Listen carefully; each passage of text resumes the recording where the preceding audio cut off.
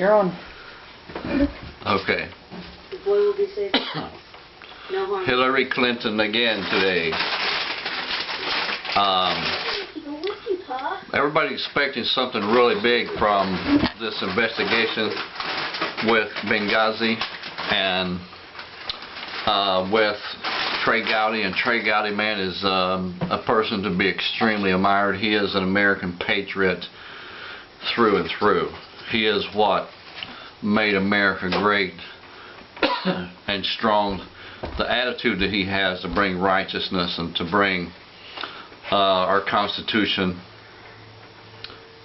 in place for what it is to be admired, to say the least. But I want to tell you, I don't think personally that a lot of anything is going to happen with this Constitution or with the Benghazi thing right now, because well, not what people were hoping for anyway, because God is going to continue to build Hillary up. The more that He builds her up, the greater His name is going to be when she falls. Okay? And now you will see some concrete things come out of this, yes. Things that are going to bring in later, but the media will try to play them off. The media is going to play them off, and they're going to try to make them sound like they're nothing, try to sway the opinions of the people so that the Congress and the police department will not file charges. They're going to try to stop it from happening. What is the legal process? They're going to try to stop it from happening in that manner. Okay, and this is where it's going to. Okay, just as when Pharaoh, when they saw all of their stuff fall apart, just as when Pharaoh followed Israel down into the sea, and they met their demise down in the sea, this is exactly what's going to happen with Hillary. And when the day that charges are filed against her, this is what's going to take place. Now I don't have all the detail, but I can feel this deep within me that this is exactly what's going to happen. Okay? The media is going to go into a frenzy. They're going to have special reports how wrong that Hillary has been done. They're going to cover the airwaves. They're going to try to rise up America in a frenzy. And they will. And they will. They're going to follow sharply after those men that just the way that Egypt did with Israel here, went down into ignorantly followed them down into the Red Sea, where the waters were busily still standing straight up in a wall. They would do the same thing. The patriots of Hillary Clinton will do the same thing that these horses and chariots of Pharaoh did, the army of Pharaoh did on that day. They'll do the same thing. And when they do, it's going to bring their demise. Hillary's going to sign that confession. While all these things are going on, Hillary's going to be caving in because she knows her goose is cooked.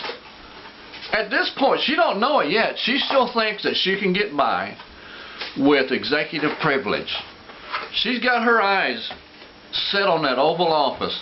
To her, it's whole hog or nothing. She is literally sacrificing herself upon the altar, just as these Egyptians did. Pharaoh said to himself, "Why did I let those people go?" He said, "Mount up my chariots and horsemen." And let's go to Exodus 14. I want to read this to you. Exodus 14, about verse 20. Look how ignorantly this kind of thing can be. when when people get into a frenzy of, I want this back, why did they take this from me, I'll get revenge, I don't care how wrong I am, I'm going to do it anyway. And this is exactly what's going to take place with Hillary Clinton and with all of her constituents. The media will stir up such a frenzy. There will be riots across America. The black and the white will stand together of the communist liberals that our media has transplanted into this area and have been busily bringing in ignorant people that have no idea what democracy is about. They have been busily bringing them in and implanting more ignorance so that they can gain the opinion of those ignorant people to try to gain power over the people of America whose families had stayed strong and have won this with their blood and with their lives. They will stir them up and cause riots and cause frenzies, and fires will jump up. Literal people being so mad it will be called fires jumping up all across this country and robbing places and looting stores and rioting and destroying, literally destroying huge parts of cities and all this kind of thing. And if we're not careful, this could be the civil war that William Branham was talking about. Could take place if this is not brought under control, and brought under control quickly. Alright, let's read, because I'm getting too long here. Verse 15. And the Lord said to Moses, Wherefore criest thou unto me? Speak unto the children of Israel. They were standing by the Red Sea here, and with Egyptians on one side and the sea on the other. Not the Red Sea, but on the, the Red Sea. Excuse me. Speak to the children of Israel that they go forward. He's talking about going into the sea. But lift thou up thy rod, and stretch out thy hand over the sea, and divide it, and the children of Israel shall go over on dry ground through the midst of the sea. And behold, I will harden the hearts of the Egyptians, and they shall follow them. And I will get me honor upon Pharaoh. And the same thing God is doing. He will cause all these frenzy things. This place will be stirred. America will be stirred up exactly like this is being done here. And God is doing this to honor Himself once again, because man has forgotten who He is. That's why man has forgotten who He is. Let's go down to verse 19. And let's read the last part of 18.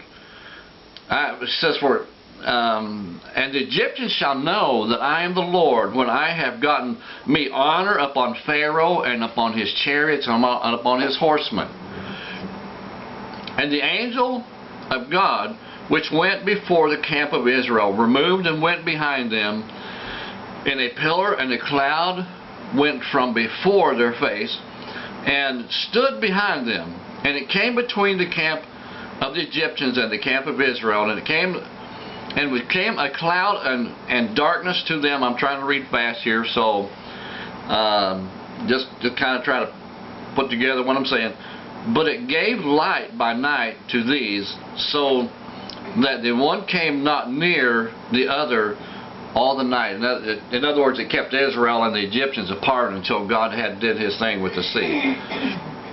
And Moses stretched out his hand over the sea, and the Lord caused the sea to go back by strong east wind all that night, and made the sea dry land, and the waters were divided. And the children of Israel went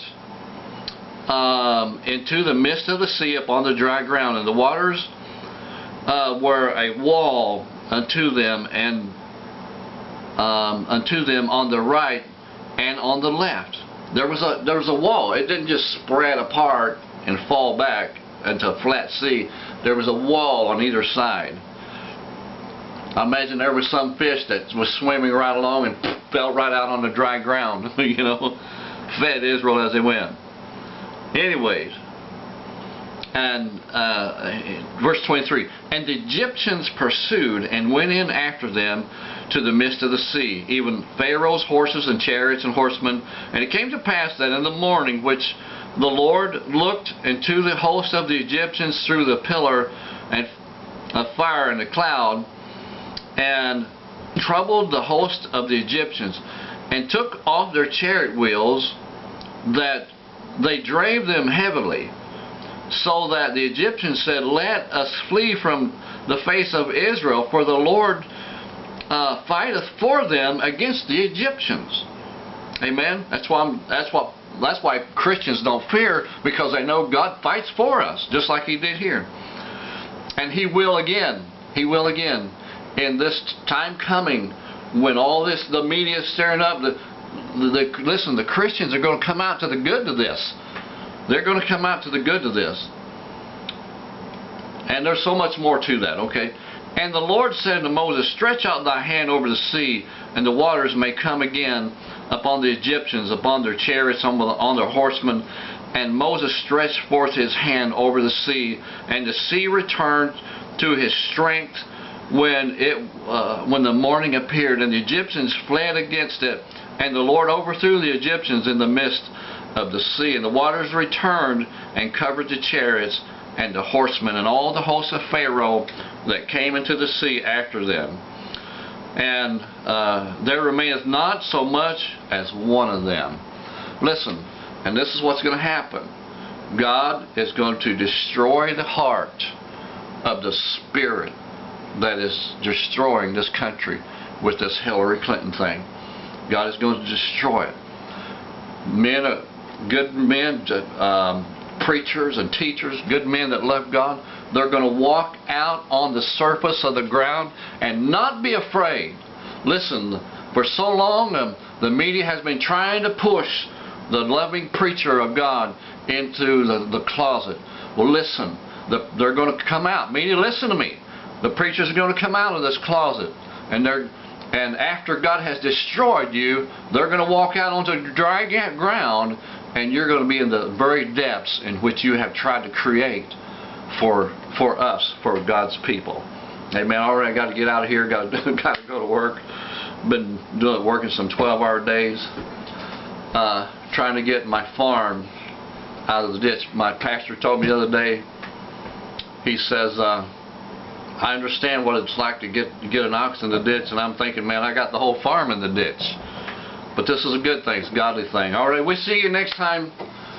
Another great message right here across in the middle ministry.